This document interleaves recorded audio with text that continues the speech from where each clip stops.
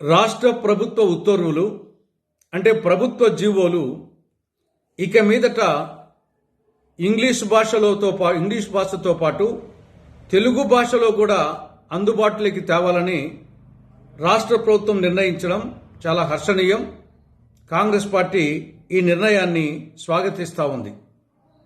దేశంలోనే తొలి భాషా ప్రయుక్త రాష్ట్రం ఆంధ్రప్రదేశ్. రాష్ట్రంలో 90% పైగా ప్రజలు తెలుగులో మాట్లాడతారు. అటువంటి రాష్ట్రంలో ఇంతవరకు ప్రభుత్వ జీవోలు తెలుగులో అందుబాటులో లేకపోవడం అనేది చాలా దురదృష్టకరం, చాలా శోచనీయం. ఎందుకంటే ప్రభుత్వ పాలనలో జీవోలు అనేవి కీలక పాత్ర పోషిస్తాయి. అటువంటి జీవోలు అందరికీ అర్థమయ్యే భాషలో, తెలుగు భాషలో, మాతృభాషలో లేకపోవడం అనేది చాలా గర్హనీయం. ఏది ఏమైనా ప్రస్తుత ప్రభుత్వం తీసుకున్న నిర్ణయాన్ని కాంగ్రెస్ పార్టీ స్వాగతిస్తూ ఉంది.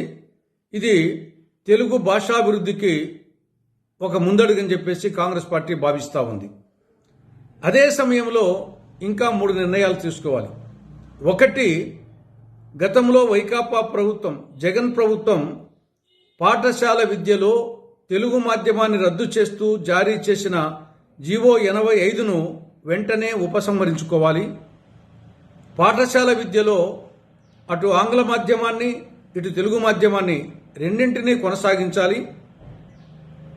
ఏ మాధ్యమంలో చదవాలనేది అది విద్యార్థికి, వాళ్ళ తల్లిదండ్రుల ఇష్టాయిష్టాలకు వదిలిపెట్టాలి.